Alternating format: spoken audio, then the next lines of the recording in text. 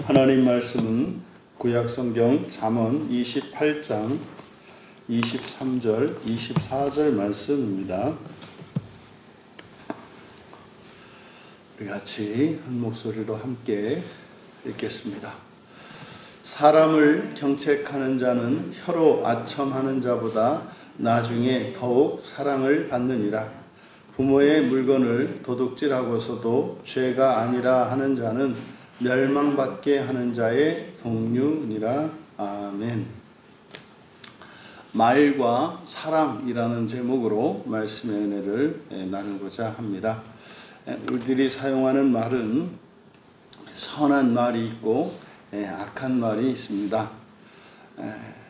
그래서 우리의 그 말, 우리가 선한 말과 악한 말을 하는 데 있어서 사실 그것의 그 큰 기준, 그 차이점을 만들어내는 것은 사랑이겠습니다. 그래서 사랑이 원인이 되어서 하는 모든 말은 선한 말이 될 것이고, 미움에서 나오는 말이라면 그것은 악한 말이 될 것입니다.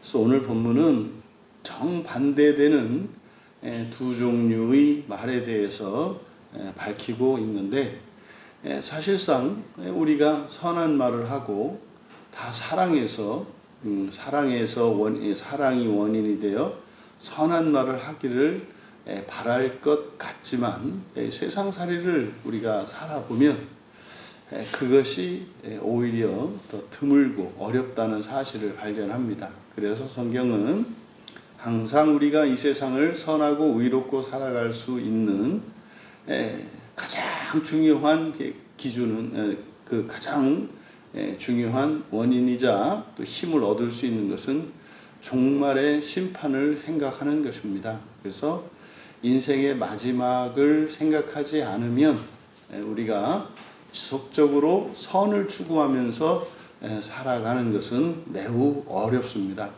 그래서 우리가 그 인생의 마지막에 있을 그 하나님의 심판을 늘 염두에 두고 살아간다면 그것이 우리를 불안하게 하는 것이 아니라 우리로 하여금 더 선을 추구하며 또 선한 말을 하며 살아갈 수 있다는 사실을 다 함께 깨달을 수 있는 그런 시간이 되기를 바랍니다. 23절의 번역은 좀 바로 잡아야 될 필요가 있습니다. 지금 우리말 성경으로는 사람을 경책하는 자는 혀로 아첨하는 자보다 나중에 더욱 사랑을 받느니라. 그래서 그냥 좋은 게 좋은 거다, 이렇게 그냥 듣기 좋은 소리만 하는 사람보다 오히려 잘못된 것을 이렇게 지적하고 꾸짖는 사람이 훗날 고맙다는 인사를 들을 거다, 뭐 이런 이제 의미로 번역을 했습니다만은 본문은 좀 많이 다릅니다.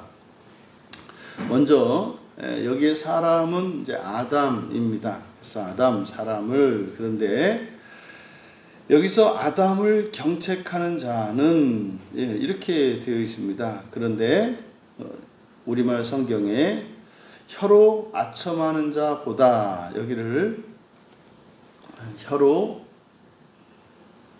그렇죠? 혀로 아첨하는 자보다, 혀로 아첨하는 자보다 밑줄 쳐 놓으시고, 나중에 더욱 사랑을, 여기도 밑줄을 쳐 놓으십시오. 왜냐하면 이게 이제 문장의 그 문장 성분도 고려되어 있지 않고 이게 매우 이제 잘못되어 있어서 그렇습니다. 그래서 먼저 23절을 이제 사역을 한 것을 불러드리면, 두 번째로 뒤에 밑줄을 치신 나중에 더욱 사랑을, 이렇게 이제 번역한 부분 있지 않습니까? 나중에 더욱 사랑을, 이것이 이제 그대로 직역하면 호의를 베푼 후에 이렇게 됩니다. 그래서 여기 사랑이라고 번역한 단어는 헨이거든요. 친절, 호의 뭐 이런 뜻이죠. 그래서 사랑은 아니고요. 그리고 나중에 아하르입니다. 그래서 호의를 베푼 후에 이렇게 되는 거예요. 호의를 베푼 후에, 그리고 이제 문장의 맨 앞으로 오는 거예요. 그래서 호의를 베푼 후에 경책하게 하는 자, 경책하게 하는 자는 이렇게 되는 겁니다. 그 다음에 혀로 아첨하는 자보다 이렇게 되어 있습니다만은 여기서 혀로 아첨하다라고 번역한 단어가 이제 분배하다, 하라크라는 말이거든요. 하라크 분배하다라고 하는 말인데 이게 히필형, 사역형으로 쓰여서 이제 의미를 여기서는 혀로 말을 아첨하다 이렇게 되어 있습니다만은 아첨한다라고 하는 것이 좀 부정적인 말이잖아요. 그래서 좋게 말하는 거죠. 좋게 말하는. 그래서 원래 하라크는 분배하다 이런 뜻인데 이것이 이제 사역형일 때는 그러니까 분배하게 하다 이렇게 되잖아요. 분배하게 하는 거니까 나누어 주는 거지 않습니까? 나누어 주게 하다. 그래서 이제 말을 혀가 이제 나타내는 것이 말이죠. 그래서 말을 나누어 주게 분배하게 하는 자 이렇게 됩니다. 그래서 이거를 부드럽게 말을 분배한다. 이게 좀 의미가 좀 어색하고 그래서 말을 부드럽게 하는 자를 발견할 것이다. 처음부터 불러드리면 호의를 베푼 후에 경책하게 하는 자는 말을 부드럽게 하는 자를 발견할 것이다. 여기서 호의를 베푼 후에 경책하게 한다. 이게 무슨 말이겠습니까? 그래서 항상 누구를 야단치거나 잘못을 지적할 때는 꼭 밥을 사줘라 이렇게 뭐 얘기를 하거든요. 먹을 거를 사주고 실컷 먹여놓은 다음에 그 다음에 이제 뭐 할 말이 있는데 이게 이제 성경의 지혜입니다. 그래서 분위기를 편안하게 하고 마음을 이렇게 부드럽게 한 후에 어떤 사람이나 어떤 사건에 대해서 꾸짖는 것 이것을 호의를 베푼 후에 경책하게 한다 이런 거예요. 그래서 호의를 베푼 후에 경책하게 하는 자는 말을 부드럽게 하는 자를 발견할 것이다. 그러니까 말을 부드럽게 하는 자를 발견한다. 그러니까 그 꾸짖음을 받는 사람이 지적을 받는 사람이 어떻게 한다는 거예요? 네, 감사합니다. 잘 알겠습니다. 이렇게 좋은 말로 화답하게 된다는 거예요. 그래서 그 꾸짖음을 좋게 받아들이는 것을 발견할 것이라는 의미입니다. 그래서 여기서 잘못한 사람을 꾸짖을 때 이제 말로 꾸짖는 것인데 이 꾸짖는 것 자체가 사실은 선한 의도일 수도 있고 악한 의도일 수도 있습니다. 근데 만약에 사랑하는 사람이 사랑하는 마음으로 꾸짖을 때는 사실은 꾸짖음으로써 그 사람이 더 나은 사람이 될 수 있도록 그 사람에게 유익이 되도록 돕는 목적이잖아요. 그런데 오히려 그 사람을 비난하고 정죄하고 오히려 그 사람을 이렇게 기를 죽이고 하는 악한 의도에서 하는 꾸짖음일 수도 있어요. 그래서 여기서 지금 이 호의를 베푼 후에 경책하게 한다라고 하는 이 말을 통해서 알 수 있는 건 뭐겠습니까? 이 사람이 그 꾸짖는 것의 꾸짖는 원인이 미움이 아니라 사랑이라는 걸 알 수 있죠. 그 사람을 이렇게 악한 의도로 한다면 절대로 호의를 베풀지 말고 그냥 막 해야죠. 그래야 더 괴롭게 하니까. 그래서 이 질책하는 것이 꾸짖고 질책하는 이것이 효과적으로 되기가 쉽지 않습니다.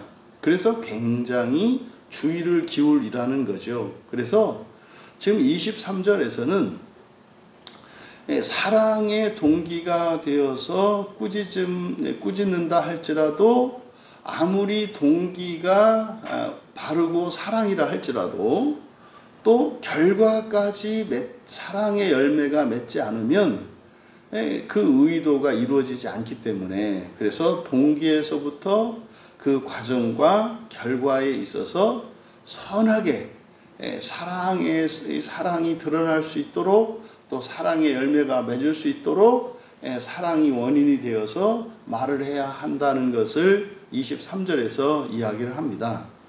그런데 이제 24절은 정반대입니다. 부모를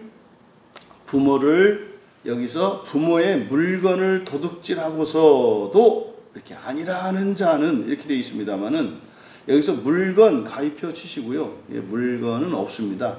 물건 없고요. 그 다음에 여기서 도둑질하다라고 하는 것은 물건을 훔치는 거지 않습니까? 그래서 앞에 물건이라는 말을 넣었기 때문에 이게 도둑질하다로 이렇게 만들어진 거죠. 근데 여기에 사용된 동사는 가잘이에요. 가잘은 뜯어내다, 뭐 강탈하다 이런 뜻이거든요. 그러니까 23절에서 사랑이 원인이 되어서 하는 말, 그게 이제 경책이라고 해서 꾸짖음이잖아요. 그 경책은 사랑이 동기가 되어서 사랑을 표현하고 사랑의 열매를 맺게 하는 말이거든요. 23절은. 그런데 24절은 그것과 정반대되는 겁니다. 그러면 부모라고 하는 것은 이제 자식을 상정하고 있잖아요. 그러면 부모와 자식 관계는 사실 이 세상에서 가장 사랑하는 관계이거든요. 그런데 그러니까 부모의 물건 아니고 부모를 그러니까 강탈하는 자입니다. 그러니까 부모를 강탈하는 자니까 이거는 자식이거든요. 그러니까 자식이 부모에게서 자기가 원하는 것을 얻어내게서 아주 강압적인 말을 하죠. 무엇이 험한 말을 한다든지 상스러운 말을 한다든지 뭐 협박을 한다든지 막 이런 거죠. 땡깡을 피고 이런 거죠. 그래서 부모를 강탈하는 자, 이것은 23절의 경책과 대조되는 말입니다. 그러니까 오히려 가장 사랑의 관계에서 말하고 해야 되는 자식이, 이게 정반대인 경우죠. 그래서 부모를 강탈하는 자, 그리고 반역이 아니라고 말하는 자. 그래서 이게 반역이 아니라고 말하는 자, 이거는 여기서 죄라고 번역한 게 페샤이거든요. 페샤의 기본적인 의미가 반역이라고 그랬어요. 반역. 그러니까 거스르는 거거든요.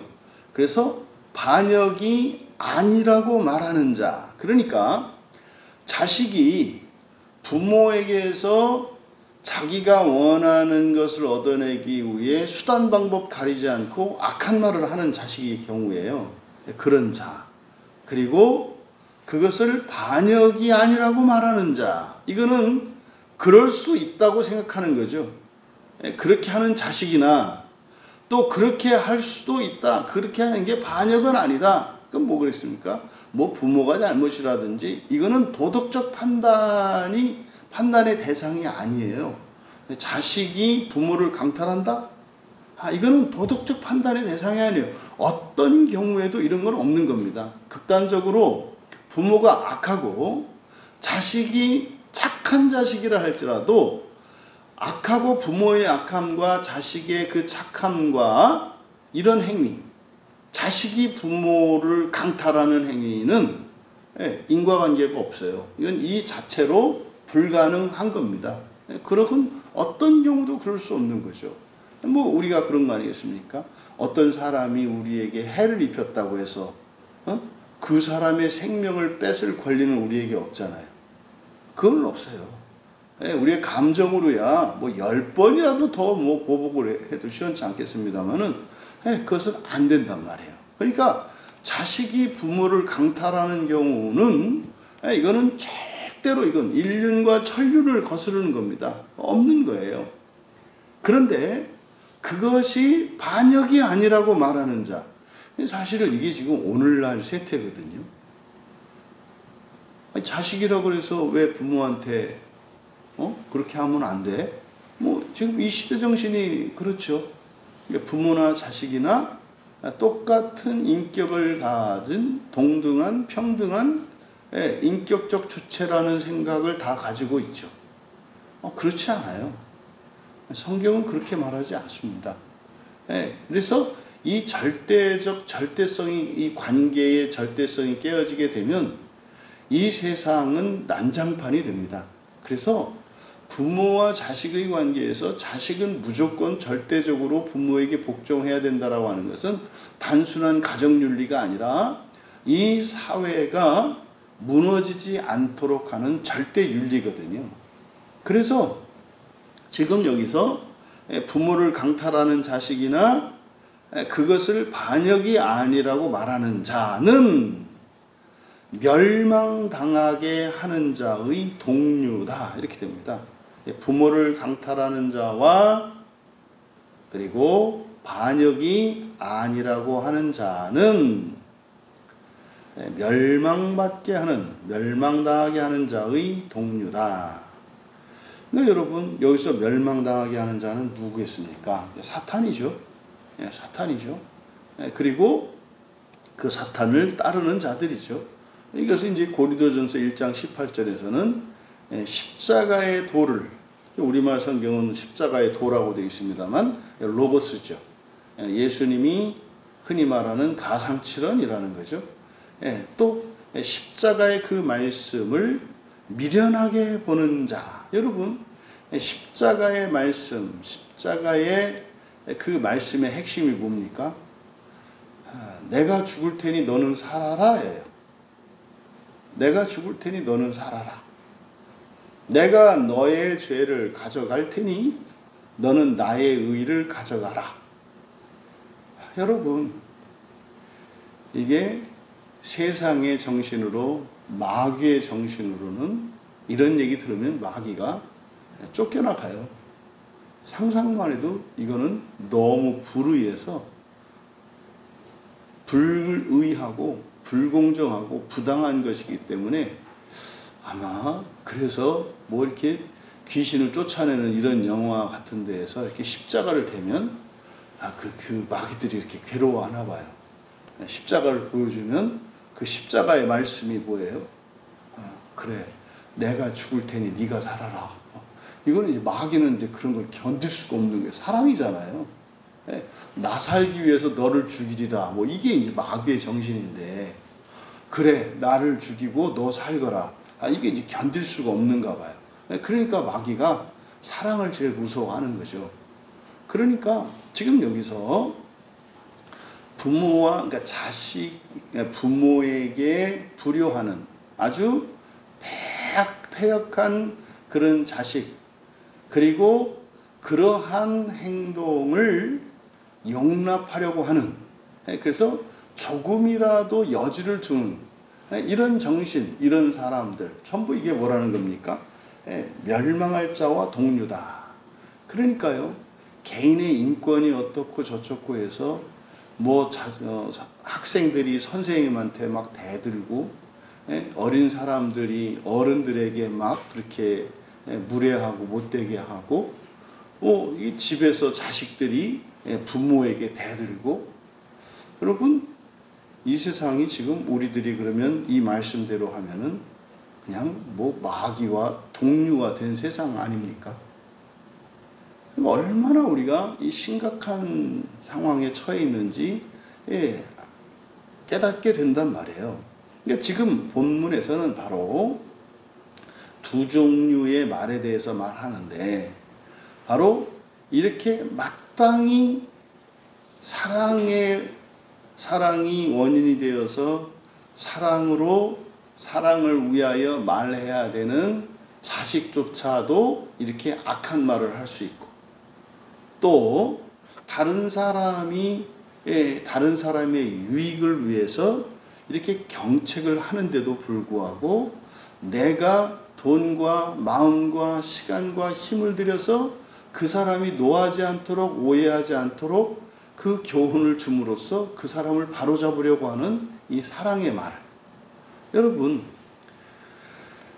오늘 성경에서 우리에게 주는 교훈은 왜 이런 일이 일어날까요? 왜 자식이 부모를 강탈하고 또 그렇게 하는 것이 패역은 아니라는 생각과 그런 말을 하는 사람이 생기고, 또 정반대로 오히려 자신이 그로 인해서 해를 입을 수도 있는 경책하는 일에 그렇게 공을 들이면서까지 어떤 사람을 위하여 그렇게 사랑의 마음으로 그렇게 사랑스러운 방식으로 사랑의 열매를 맺으려고 할까요? 인격의 문제일까요? 교육의 문제일까요? 아니면 타고난 성품의 문제일까요? 예, 그렇다면 뭐 착한 사람이 있고 악한 사람이 있고 그게 끝이 아니겠습니까? 그러면 우리는 어떻게 해야 합니까? 뭐 태어난 대로 생긴 대로 살고 악한 자는 악한 자로 내비두고 뭐 선한 자는 그렇게 하다 다시 악해지고 이런 겁니까? 아니죠. 성경은 마지막 한 사람까지 하나님께서 하나님의 형상을 회복하시고 다 구원하실 것이라고 해요. 우리 그리스도인은요, 선한 자들은 위축되지 않도록 거기에서 물러서지 않도록 격려하고 용기를 주어야 될 것이고, 악한 자들은 그것이 얼마나 추악하고 더러우며 그것이 두려운 것인가를 깨우쳐서 선한 말을 하며 선한 삶을 살아갈 수 있도록 해야 되지 않겠습니까? 그렇게 할 수 있는 답이 뭘까요? 종말의 심판입니다. 종말의 심판입니다. 여러분들이 선한 말을 하며 선한 삶을 살고 내가 아니라 정말 사랑으로 다른 이들을 위해서 살아가는 일이 쉽습니까? 어쩌다 한 번도 쉽지 않아요. 그런데요, 평생 그렇게 살아갈 수가 있을까요? 불가능에 가깝습니다. 그렇게 하기로 마음먹어도 되는 게 아니에요. 어떻게 그런 삶이 가능할까요? 종말의 심판이 있기 때문입니다.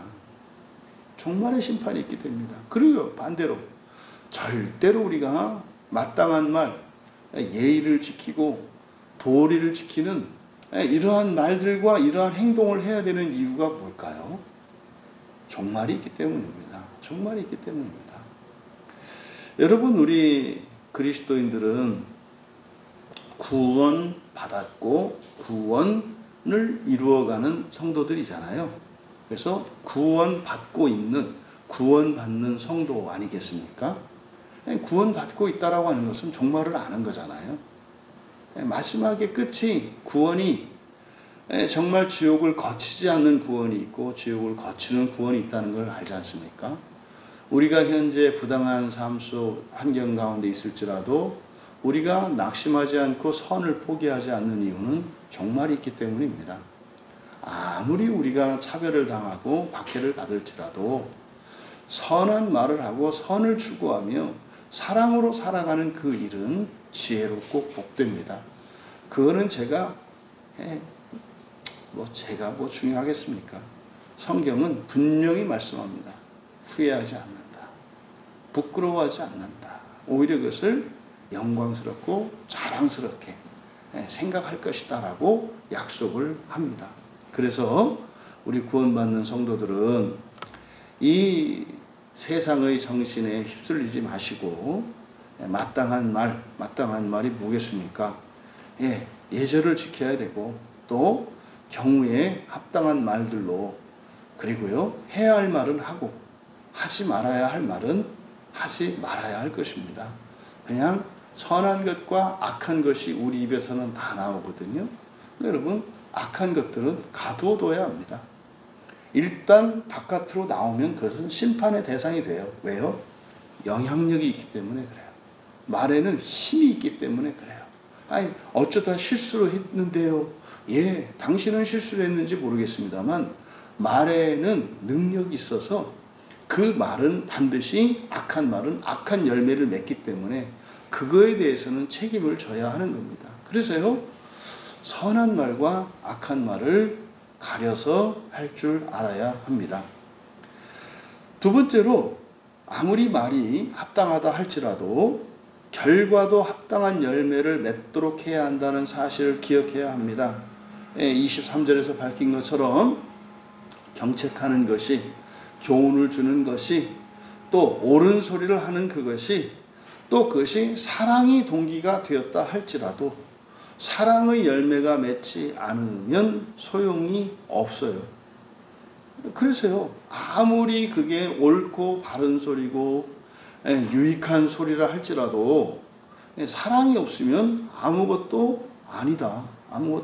그래서 사랑이 동기가 되고 사랑이 방법과 과정이 되어야 하고 사랑이 결과가 되어야 합니다. 그래서 사랑이 동기가 되면 때로는 침묵의 언어를 사용해야 할 때도 있어요. 기다려주는 거죠. 기다려주는 거죠. 왜요? 23절에서 말씀드린 것처럼 호의를 베푸는 목적이 뭡니까? 상대방이 그 말을 거짓 감정에 방해받지 않고 들을 수 있을 때까지를 기다려주는 거죠. 언제일지는 몰라요. 그러면 하나님께서 아시잖아요. 그래서 악한 말을 하는 것보다는, 또 악한 결과를 만드는 것보다는 그 사랑의 언어, 선한 말을 가지고 있는 것이 낫다. 그래서 그 동기와 과정에서뿐만 아니라 그 사랑의 열매가 맺을 수 있도록 해야 한다는 사실도 우리가 염두에 둬야 한다. 마지막으로 말은 이렇게 사랑을 나타내는, 그래서 사랑을 열매 맺게 하는 수단일 수도 있고 선한 수단이 될 수도 있고, 반대로 이것이 악의 도구도 될 수도 있다는 사실을 기억해야 할 것입니다. 그래서 사랑이 없이는 어떤 말도 아무것도 아니다. 우리가 옳은 소리를 근본 감정에서 할 때 아무 소용 없습니다. 사랑에 의해서 충동되었을 때, 그리고 사랑의 마음으로 또 그것을 상대방이 내 사랑을 받아들일 수 있을 때를 기다리지 않는다면 우리의 선한 동기와 선한 말조차도 악한 열매를 맺음으로 우리가 원하던 것과는 다른 방향으로 갈 수 있다는 것을 기억하시기 바랍니다. 우리의 평생의 모든 말과 모든 삶이 이렇게 사랑에서 시작되어 사랑으로 열매 맺고 사랑으로 드러나기를 주님의 이름으로 축원합니다. 존귀하신 하나님, 평생에 저희들의 모든 말이 사랑의 말이 되게 하옵소서. 그래서 또한 그 말들이 사랑으로 열매 맺게 하옵소서.